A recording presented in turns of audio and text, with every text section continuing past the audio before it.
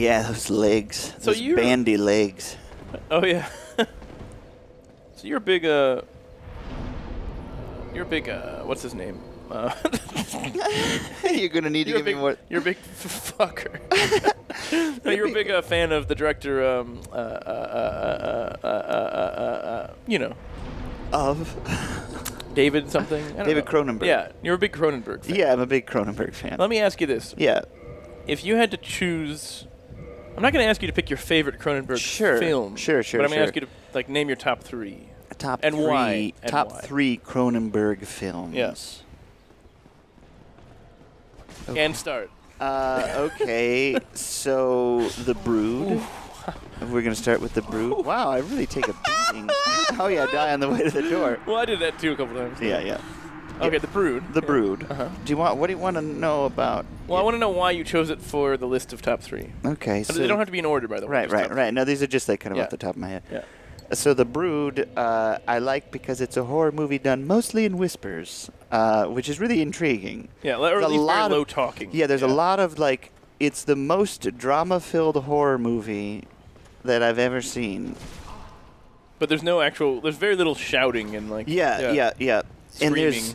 But there's something about the fact that it is kind of a lot of conversations. Yeah, it is a lot of people talking. That makes it somehow more tension-filled because it's like they're tiny creatures murdering people, and all you're gonna do is talk. Wait, no, you mean the children, right? The little children that are murdering people. But it's just like these things are happening, and everyone is just like talking quietly, and it's just like it's somehow. There's something about that it's like they almost don't know what to do about it because it's so out of their compass. Yeah. But also I feel like that just builds the tension up for me. But I feel like also they're really trying to hold on to kind of the pretense of civilization. Right, exactly. Like, listen, we're just two people. Let's talk in a room. Right. You know, let's have a cup of coffee. Mm-hmm. We'll figure this thing out. We'll figure this out. We can do this. Yeah. We can do this because this is the real world where real people do real things. I like Cronenberg movies because...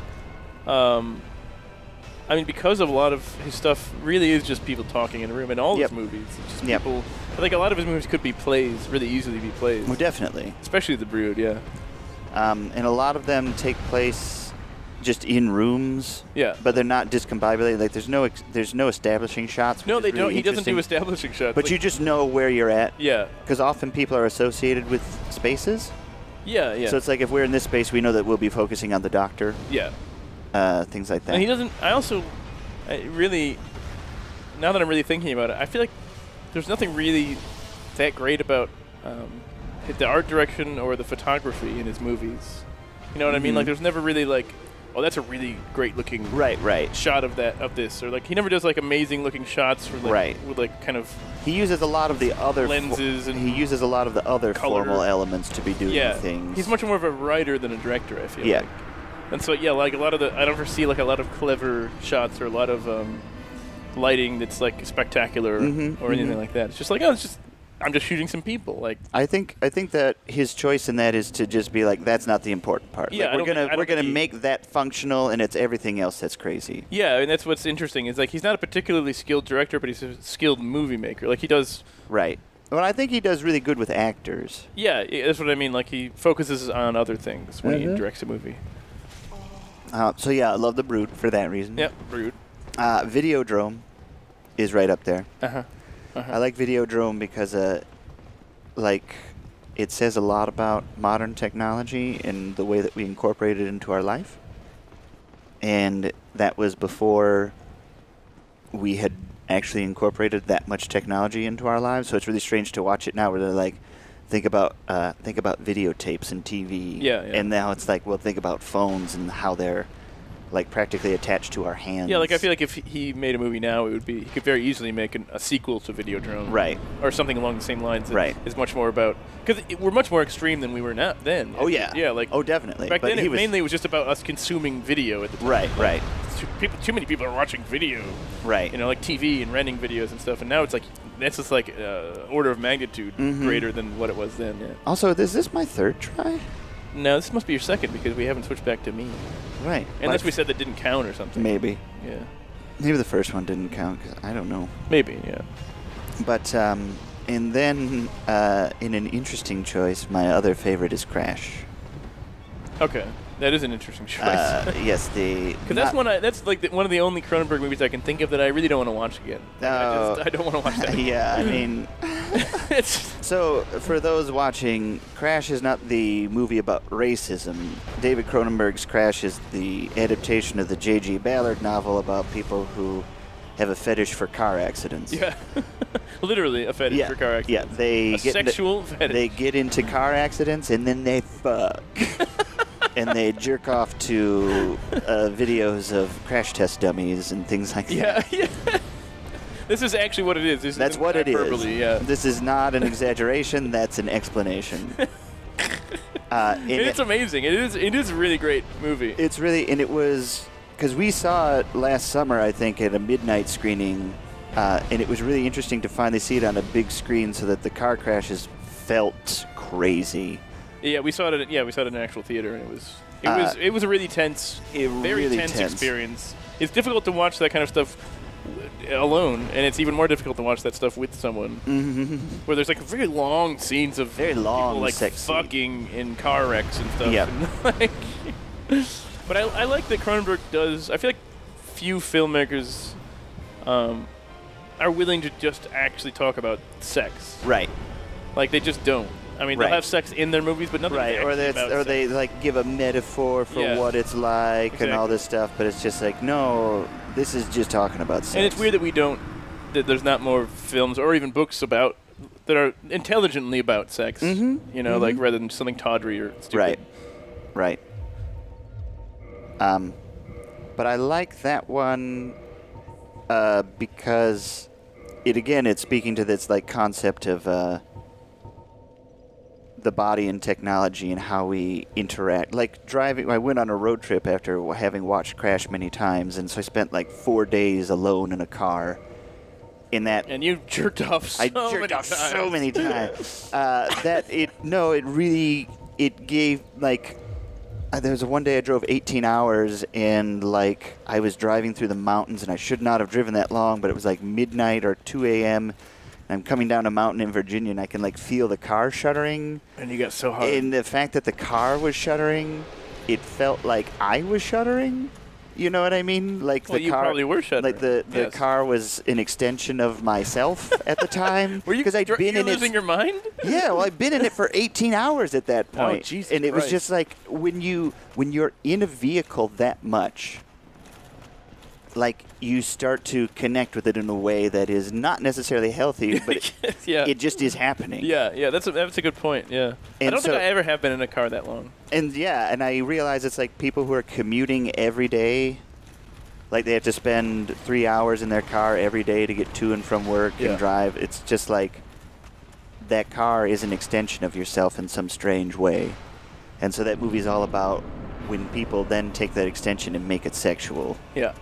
And realize and also what happens when when our bodies become deformed by car accidents, and how that feels like something happening to our body, and just very fascinating.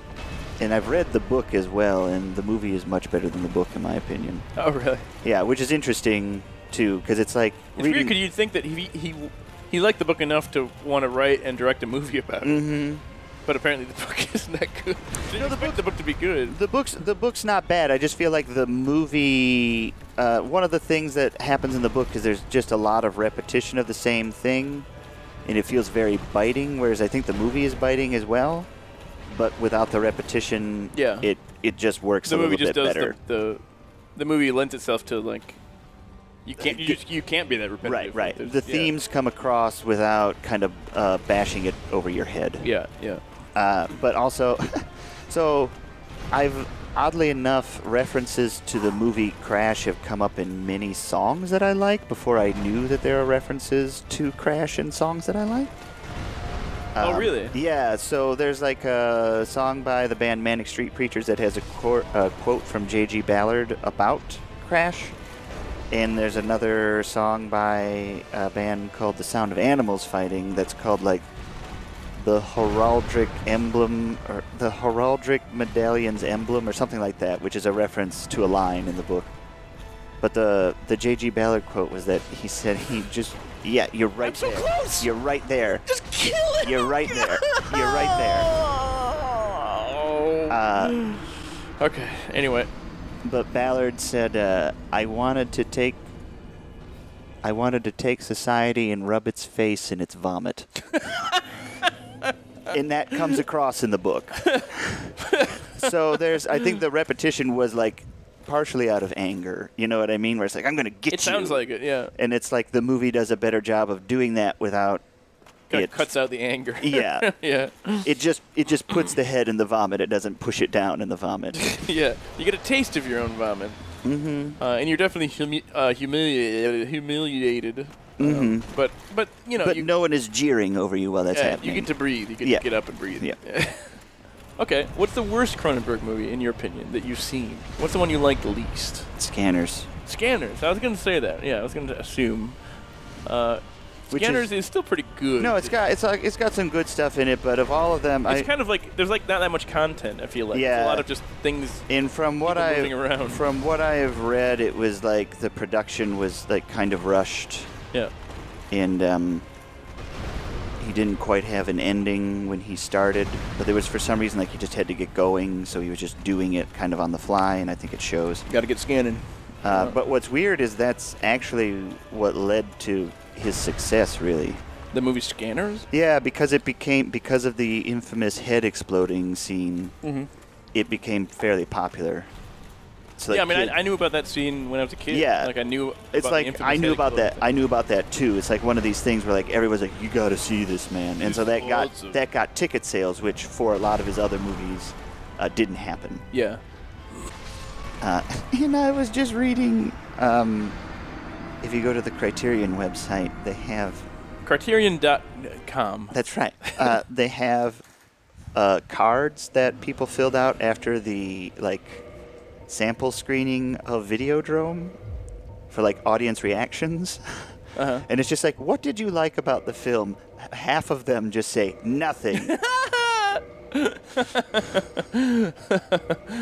Absolutely nothing. One of them just says, it sucks. Well, yeah, they are pretty divisive movies. They're real divisive.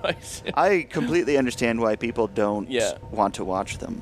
Yeah, I mean, I'm at the point now where I can really dislike something, but also really respect it. Right.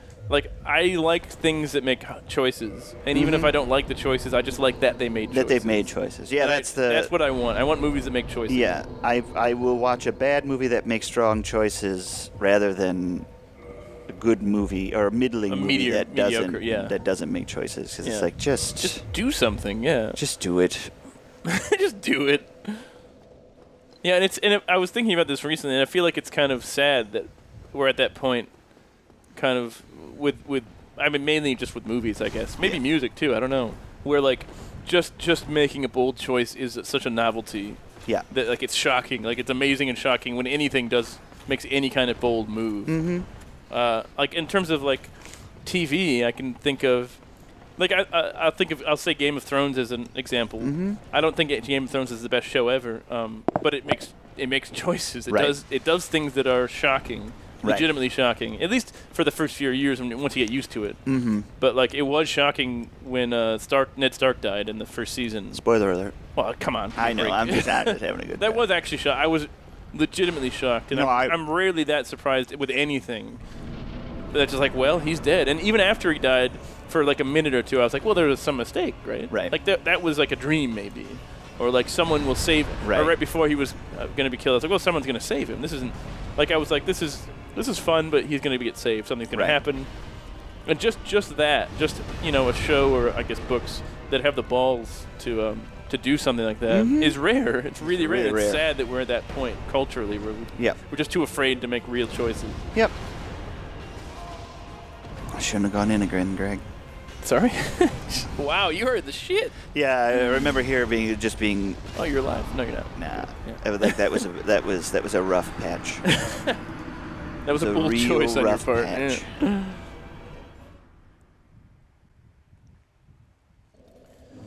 And is it still you? I hate this butt of yours. I hate this. Do you not have pants on? You mean you hate this butt of ours? Of ours. But the way you show it off is what I don't like. If you've got it, flaunt it. Do you have it? I've got something. Here's what I say. If you got it, flaunt it. And if you don't got it, flaunt whatever you got. Just do something. Get something out there. If you've got it, flaunt it. If you don't care.